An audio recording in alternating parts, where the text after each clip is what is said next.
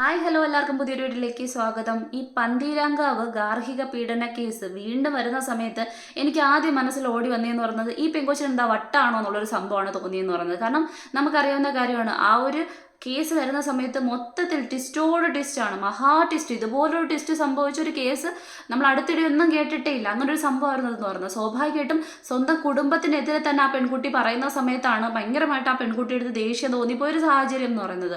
അപ്പം എല്ലാവർക്കും അറിയുന്ന കാര്യമാണ്, ഈ പറയുന്ന രാഹുലേട്ടായി പാവമാണില്ലേ ആ കുട്ടിക്ക്, അങ്ങനെയാണ് ആ കുട്ടി പറഞ്ഞുകൊണ്ടിരുന്നതെന്ന് പറയുന്നത്. അപ്പം കല്യാണം കഴിയുന്നു, അതിന് ശേഷമാണെന്നുണ്ടെങ്കിൽ ഈ പറയുന്ന അടുക്കള കാണല്ലോ, അങ്ങനെ എന്തോ ചടങ്ങുമായി ബന്ധപ്പെട്ട് വീട്ടുകാർ ചെല്ലുന്ന സമയത്താണ് ഈ പാടുകളും കാര്യങ്ങളും കാണുന്നത്. അതിന് ശേഷമായിട്ട് കോടതി അല്ലെങ്കിൽ ഈ പറയുന്ന പോലീസുമായിട്ട് കേസുമായിട്ട് മുന്നോട്ട് പോകുന്നു. പിന്നീട് നമ്മുടെ രാഹുലേട്ടനെ കാണാതാവുകയാണ്. ചേട്ടൻ നാട് കടന്നു പോവുകയാണ് ചെയ്യുന്നത്. ജർമ്മനിയിലൊക്കെയാണ് ചേട്ടന് ജോലി എന്നൊക്കെയാണ് പറയുന്നത്. അപ്പം സ്വാഭാവികമായിട്ടും അങ്ങനെ ചേട്ടൻ പോകുന്നു. പിന്നീട് ഈ പെൺകുട്ടി അതിന് മുന്നേ പലവട്ടം ഈ പറയുന്ന ലൈവിലും അങ്ങനെ വീഡിയോ ഒക്കെ ഇട്ടുകൊണ്ട് ഇങ്ങനെ വേദനിപ്പിക്കുന്നു, ദ്രോഹിക്കുന്നുള്ള തരത്തിലുള്ള കാര്യങ്ങൾ പറയുന്നു. പിന്നീട് അത് വീട്ടുകാരുടെ മണ്ടയ്ക്കാവുന്നത് കണ്ടു. അപ്പം നമ്മൾ മൊത്തത്തിൽ അമർഷമായിരുന്നു. കാരണം മീഡിയക്കാർ പോലും ഓരോ സെക്കൻഡ് വാർത്തകൾ മാറ്റിക്കൊണ്ടിരിക്കേണ്ട അവസ്ഥയായിരുന്നു. അപ്പം ഫുൾ കൺഫ്യൂഷനായിരുന്നു, ഈ പെണ്ണിത് എന്താ ഈ പറഞ്ഞുകൊണ്ടിരിക്കുന്നതെന്നൊരു സംഭവം. ഇതിന് ശേഷം നമുക്കറിയാവുന്ന കാര്യമാണ്, പിന്നീട് ഈ പറഞ്ഞ ഏട്ടായിയും കൊച്ചും കൂടെ അങ്ങ് ഒന്നിക്കുകയാണ് ചെയ്യുന്നത്. ഹൈക്കോടതിയിൽ വരെ കേസ് എത്തുന്നു.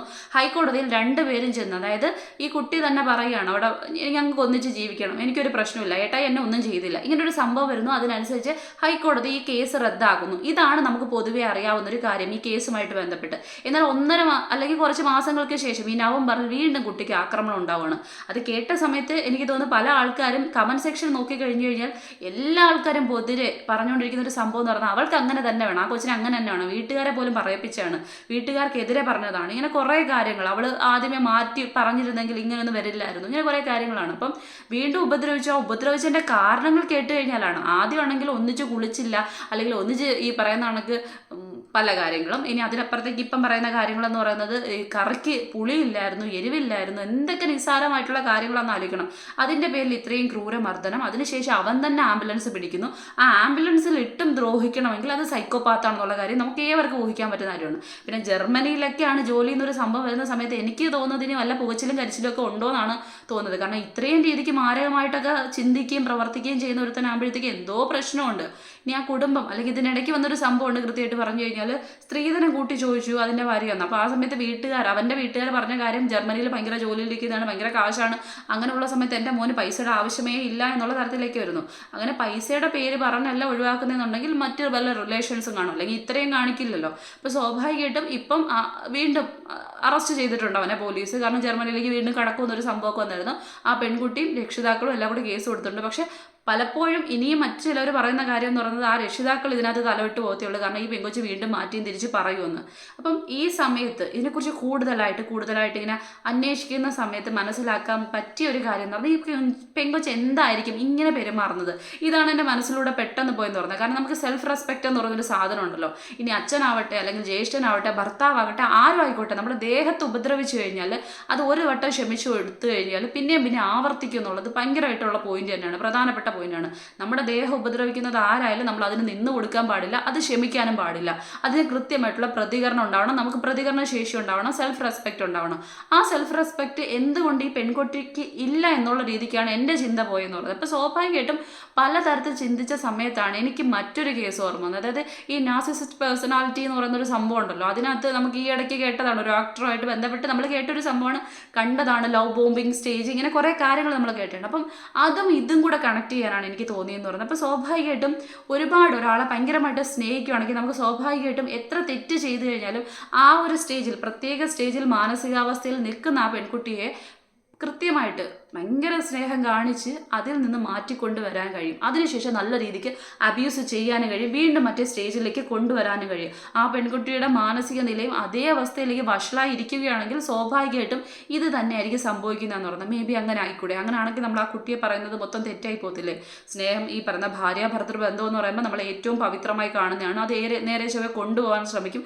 അപ്പോൾ സ്വാഭാവികമായിട്ടും ആ കുട്ടി വല്ലാത്തൊരു രീതിക്കായിരിക്കും നിൽക്കുന്നത്. കാരണം പലതരത്തിൽ മാനിപ്പുലേറ്റ് ചെയ്ത് മനസ്സിനെ മറ്റൊരു തലത്തിലേക്ക് കൊണ്ടെത്തിക്കാനുള്ള കഴിവുള്ള മനുഷ്യരും ഇവിടെ ഉണ്ടെന്നുള്ളത് ഏറ്റവും പ്രധാനപ്പെട്ട കാര്യമാണ്. അത് പലതരത്തിലുള്ള ഈ പറഞ്ഞ ഡോക്ടേഴ്സിനോടും മറ്റും ചോദിച്ചു കഴിഞ്ഞാൽ നമുക്ക് മനസ്സിലാക്കാൻ പറ്റുന്നൊരു കാര്യമാണ്. അപ്പം മാതാപിതാക്കൾക്ക് എതിരെ തന്നെ പെൺകുട്ടികളെ തിരിക്കാൻ കഴിയുന്ന ഭർത്താക്കന്മാർ ഈ നാട്ടിലുണ്ട്, അത് പ്രധാനപ്പെട്ട കാര്യമാണ്. അങ്ങനെയും ഉണ്ട് ഈ മനുഷ്യരെന്ന് പറയുന്നത് പലതരത്തിൽ. നമ്മൾ പല ബന്ധങ്ങളിലും ഇതൊരു കാര്യം കാണുന്നുണ്ട്. അപ്പം ഈ പെൺകുട്ടിയെ അത്തരത്തിലേക്ക് തള്ളിവിട്ടായിരിക്കും ഒരുപക്ഷെ അന്ന് ആ കേസുമായിട്ട് മുന്നോട്ട് പോയത്. അങ്ങനെ ആണെങ്കിൽ ഇവിടെ നടന്നിരിക്കുന്ന അത്തരത്തിലായിരിക്കും, സ്നേഹം കാണിച്ച് ആ കേസ് ഇല്ലാതാക്കുക, അതിനുവേണ്ടി കുറച്ച് നാൾ കൊണ്ട് നിർത്തി. വീണ്ടും അവൻ്റെ സ്വഭാവം, കാരണം നമ്മുടെ പൊതു സ്വഭാവം, തനി സ്വഭാവം എന്ന് പറയുന്നത് എത്ര നമ്മൾ പിടിച്ചിരുത്താൻ നോക്കിക്കഴിഞ്ഞാൽ, ഇനി എത്ര വലിയ ഈ പറയുന്ന ഗുഹ ഉണ്ടാക്കി ഒളിച്ചിരിക്കാൻ ശ്രമിച്ചു കഴിഞ്ഞാൽ പുറത്തു വരുമെന്നൊക്കെ പറയത്തില്ല, അതുപോലെ പുറത്ത് തള്ളി വന്നിരിക്കും സ്വാഭാവികമായിട്ടും. അതുപോലെ തിരിച്ചു വന്ന സമയത്ത് വീണ്ടും ആ കുട്ടിയെ അറ്റാക്ക് ചെയ്യുക അല്ലെങ്കിൽ പീഡിപ്പിക്കുക, അതിലൊരു സുഖം കണ്ടെത്തുക, സൈക്കോപാത്തിൻ്റെ ആ ഒരു ലെവൽ എന്ന് പറയുന്നത് അതായിരിക്കും മേ ബി ഇത് ഇവിടെ നടത്തിയിരിക്കുന്നത്. അല്ലെങ്കിൽ ഏതെങ്കിലും മനുഷ്യ ജന്മത്തിന് സ്വന്തം ഭാര്യ ഉപദ്രവിച്ചു പോയി, പോട്ടെ, എന്തോ തലയ്ക്ക് വെളിവില്ലാതെ ചെയ്തു, ആ വെളിവില്ലാതെ ചെയ്ത് സ്വയം ബോധം വരുന്ന സമയത്തായിരിക്കുമല്ലോ ആംബുലൻസ് വിളിക്കുക എന്നൊരു സംഭവം നടക്കുക.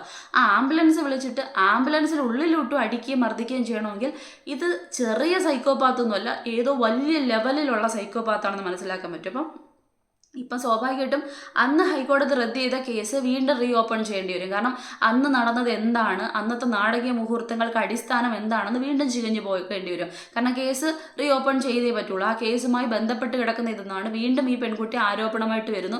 സ്വാഭാവികമായിട്ടും എല്ലാവർക്കും, ഈ പോലീസിനടക്കം ചിലപ്പം ഭയങ്കരമായിട്ടുള്ളൊരു ഇത് കാണും, ചിന്ത കാണും, ഇനി ഈ പെൺകുട്ടി മാറ്റി പറഞ്ഞ് രക്ഷിതാക്കളുടെ മണ്ടയ്ക്ക് തന്നെ കയറും എന്നുള്ളൊരു കാര്യം. കാരണം നേരത്തെ അങ്ങനെ തന്നെ ആയിരുന്നു, പൂർണ്ണ സപ്പോർട്ടുമായിട്ട് രക്ഷിതാക്കൾ നിൽക്കുന്നു, പക്ഷേ ഒറ്റയടിക്ക് പ്ലേറ്റ് തിരിക്കാൻ ഒരു സംഭവത്തിലൂടെ പെൺകുട്ടി പോകുന്നു, രക്ഷിതാക്കൾക്ക് എതിരായി തീരുന്നു, അവർ പോലും അന്തം വിട്ടു പോവുക. അപ്പം ഇപ്പം രക്ഷിതാക്കൾ പറയുന്ന കാര്യം എന്ന് പറഞ്ഞാൽ അന്ന് വല്ലാത്ത രീതിക്ക് ആ പെൺകുട്ടിയെ ഒരു ലെവലിലേക്ക് കൊണ്ടെത്തിച്ച് അവൻ്റെ കൂടെ നിർത്തിച്ച് അവർക്കെതിരായി തീർത്തിയ സംഭവമാണ്. ഇനി ഒരിക്കലും കുഞ്ഞിനെ വിടില്ല എന്നൊരു സംഭവമാണ്. അപ്പോൾ സ്വാഭാവികമായിട്ട് നമ്മൾ മനസ്സിലാക്കേണ്ടത് ഇവിടെ ഉത്ര അല്ലെങ്കിൽ വിസ്മയ ഇങ്ങനെ ഒരുപാട് കേസുകൾ നമുക്ക് മുന്നിൽ, ശരണ്യ പോലുള്ള ഒരുപാട് കേസുകൾ നമ്മുടെ കേരളത്തിൽ, കൊച്ചു കേരളത്തിൽ ഉദാഹരണങ്ങളായിട്ട് കിടപ്പുണ്ട്. അബദ്ധം സംഭവിച്ചു, അതങ്ങ് ക്ഷമിച്ചു കൊടുത്തു, അതിന് ശേഷവും വീണ്ടും അത് റിപ്പീറ്റ് ചെയ്തുണ്ടെങ്കിൽ സ്വാഭാവികമായിട്ടും അത് ചെറിയ കേസല്ല, അത് സ്വന്തം മകളുടെ ജീവന് നിലനിൽപ്പിന് അപകടം ഉണ്ടാക്കുന്ന കേസ് തന്നെയാണെന്നുള്ള തിരിച്ചറിവ് ഓരോ രക്ഷിതാക്കൾക്കും വേണ്ടതാണ്. അതിനപ്പുറത്തേക്ക് എൻ്റെ കുഞ്ഞിനെ കെട്ടിച്ചു വിട്ടതല്ലേ, അപ്പം എൻ്റെ കുഞ്ഞ് വീട്ടിലേക്ക് വന്ന് നിന്ന് കഴിഞ്ഞാൽ നാട്ടുകാർ എന്ത് പറയും എന്ന ചിന്തയിൽ കഴിയുന്ന ഒരു കൂട്ടം മാതാപിതാക്കളും കൃത്യമായിട്ടുണ്ട്. അപ്പോൾ അവർക്കാണ് സ്വാഭാവികമായിട്ടും 2 ദിവസം മക്കളൊന്ന് വീട്ടിൽ വന്ന് നിന്നാൽ നീ എന്താ തിരിച്ചു പോകാത്ത, അവരെന്താ വിളിക്കാത്തത്, ഇങ്ങനെയുള്ള കാര്യങ്ങളിലേക്ക് പോകുന്നത്. ആദ്യം സ്വന്തം മക്കളുടെ പ്രശ്നങ്ങൾ തിരിച്ചറിയാൻ ശ്രമിക്കുക, അവർക്ക് എന്ത് സപ്പോർട്ടാണോ കൊടുക്കേണ്ടത് അത്.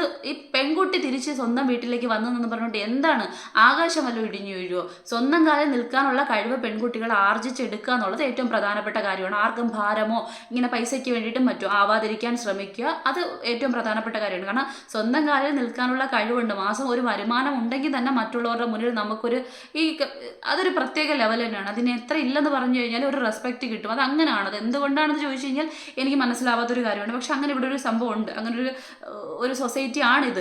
അതുകൊണ്ട് തന്നെ അങ്ങനെ നിൽക്കാൻ ശ്രമിക്കുന്നവരാണെന്നുണ്ടെങ്കിൽ, ഭർത്താവ് ഇത്തരത്തിലുള്ള കാര്യങ്ങൾ ചെയ്യുന്നുണ്ടെങ്കിൽ ഉറപ്പായിട്ട് കുടുംബത്തിനോട് പറയുന്ന സമയത്ത് അങ്ങനെയുള്ളവരെ ഈ പറയുന്ന കുടുംബം സപ്പോർട്ട് ചെയ്യുന്നതാണ്. പക്ഷെ ചില കുടുംബങ്ങൾ ഇവൾ വീണ്ടും നമുക്കൊരു ബാധ്യത ആവുമല്ലോ എന്ന് ചിന്തിക്കുന്ന കുടുംബങ്ങളുണ്ട്. അതുകൊണ്ടായിരിക്കും മേ ബി വീണ്ടും ചിന്തിക്കുന്നത് എന്തെന്ന് പറഞ്ഞിട്ട് പെൺകുട്ടികളെ വീണ്ടും തിരിച്ചുവിടുക, പിന്നെ കൊണ്ടുവരുന്നത് ആംബുലൻസിലായിരിക്കും. അപ്പം ഇങ്ങനെയുള്ള കാര്യങ്ങൾ ഉണ്ടാവുന്ന കാര്യങ്ങൾ, ഇങ്ങനെയുള്ള വാർത്തകൾ കേൾക്കുന്ന സമയത്തെങ്കിലും രക്ഷിതാക്കൾ കെട്ടിച്ചുവിട്ട മക്കളെ വിളിച്ചൊന്ന് ദിവസം ഒന്ന് അന്വേഷിക്കുക, ദിവസം അല്ലെങ്കിൽ ആഴ്ചയിലെങ്കിലും ഒന്ന് വിളിച്ച് അന്വേഷിക്കുക, അവൾക്ക് സുഖമാണോ, എന്തെങ്കിലും പ്രശ്നങ്ങളുണ്ടോ, നീ വീട്ടിലോട്ട് വാ, അല്ലെങ്കിൽ അവളെ പോയിന്ന് കാണുക, ഇങ്ങനെയുള്ള കാര്യങ്ങൾ. കാരണം ഇപ്പം നമ്മളത് ഭയങ്കര ഇതായിട്ടിരിക്കും, പിന്നീട് ഒരു പക്ഷേ ജീവൻ പോലും അപകടത്തിലാവുന്ന, അല്ലെങ്കിൽ പോയി കഴിയുമ്പോഴായിരിക്കും നമ്മളെ നെഞ്ചത്തടിച്ചിട്ട് കഴിയുന്നത്.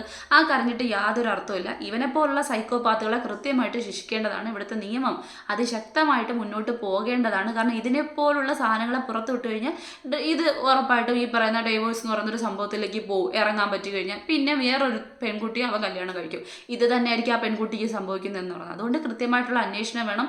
ഇനി ഈ പറയുന്ന കണക്ക് ആ കുട്ടിയുടെ മാനസികാവസ്ഥ അത് ശരിയാണോ എന്ന് വെച്ചാൽ മറ്റൊരു ലെവലിലേക്കല്ല ഞാൻ പറയുന്നത്, ചിലവർക്ക് സംഭവിക്കുന്ന ഒരു കാര്യമുണ്ട്. കാരണം ഒരുപാട് സ്നേഹിച്ചു കഴിഞ്ഞാൽ ആ ഒരു തകർച്ച സഹിക്കാൻ പറ്റത്തില്ല, താങ്ങാൻ പറ്റത്തില്ല. അപ്പോൾ അത് മറ്റൊരു മാനസികാവസ്ഥയിലേക്ക് പോകാനുള്ള ചാൻസ് ഉണ്ട്. അങ്ങനെ കൊണ്ട് എത്തിക്കുന്ന പെൺകുട്ടികളെ കൊണ്ടെത്തിക്കാൻ കഴിയുന്ന ആണുങ്ങൾ ഇവിടെ ഉണ്ട്. അങ്ങനത്തുള്ള മെൻ്റൽ സ്റ്റേജുകളും ഉണ്ടെന്ന് മനസ്സിലാക്കുക. അപ്പം കൃത്യമായ കുട്ടിക്ക് ഒരു കൗൺസിലിംഗ് കൊടുക്കുക, കാര്യങ്ങൾ അന്വേഷിക്കുക, ഡോക്ടേഴ്സിനെ സമീപിക്കുക. അപ്പം മനസ്സിലാക്കാൻ പറ്റും ഇതിൽ എന്താണ് സംഭവിച്ചതെന്ന്. അങ്ങനെയുള്ള കാര്യങ്ങൾ കൂടി മുന്നോട്ട് പോകാതെ, അല്ലെങ്കിൽ ആ കുട്ടി പലപ്പോഴും, കാരണം ഇത്രയും സ്നേഹിച്ച വ്യക്തികൾക്ക് ഉറപ്പായിട്ടും ഒറ്റയ്ക്കിരിക്കുന്ന സമയത്ത് വീണ്ടും ഏതെങ്കിലും ഒരു സെക്കൻഡിലെ സ്നേഹം മാത്രം മതി അവരുടെ ഉള്ളിൽ കിടക്കുന്നത്. അയ്യോ ഞാൻ ചെയ്തത് തെറ്റായി പോയോ എന്നൊരു ചിന്തയിലേക്ക് പോകാനുള്ള ചാൻസ് ഉണ്ട്. പ്രത്യേകിച്ച് ഈ മെൻ്റൽ സ്ട്രെങ്ത് ഭയങ്കര കുറഞ്ഞ ആൾക്കാരാണെന്നുണ്ടെങ്കിൽ അപ്പോൾ സ്വാഭാവികമായിട്ടും അവരെ തന്നെ പഴി പറഞ്ഞുകൊണ്ട് അയാളെ സപ്പോർട്ട് ചെയ്യാൻ ശ്രമിക്കും. അങ്ങനെ ഒരു സിറ്റുവേഷൻ ഈ പെൺകുട്ടിക്ക് ഇത്രയും നാൾ വന്നിട്ടുള്ള കേസ് അനുസരിച്ച് വരാനുള്ള ചാൻസ് ഉണ്ടെന്നാണ് എനിക്ക് തോന്നിയിട്ടുള്ളൊരു കാര്യം എന്ന് പറയുന്നത്. കാരണം ഇങ്ങനെ കുറേ കേസുകൾ ഞാൻ നോക്കിയ സമയത്ത്, കാരണം ഇതിൻ്റെ ഭാഗമായിട്ട് ചുമ്മാ ഇങ്ങനെ പറഞ്ഞിട്ട് കാര്യമില്ല, അങ്ങനെ ഈ പെൺകുട്ടി ഭയങ്കരമായിട്ട് എനിക്ക് തന്നെ തോന്നിപ്പോയ കാര്യമാണ്. കാരണം ഇത്രയും സെൽഫ് റെസ്പെക്റ്റ് ഇല്ലാത്ത ഒരു പെൺകുട്ടി ഈയിടയ്ക്കൊന്നും ഞാൻ കണ്ടിട്ടില്ല. അതുകൊണ്ടാണ് ഇങ്ങനെ ചിന്തിച്ച് അതുമായിട്ട് ബന്ധപ്പെട്ട് പോയെന്ന് പറയുന്നത്. അപ്പം തോന്നിയ കാര്യമാണ്, വായിച്ച കാര്യങ്ങളാണ്, മനസ്സിലാക്കിയ കാര്യങ്ങളാണ്. അപ്പം ഇത്രയുള്ള വീഡിയോ എന്ന് പറയുന്നത്.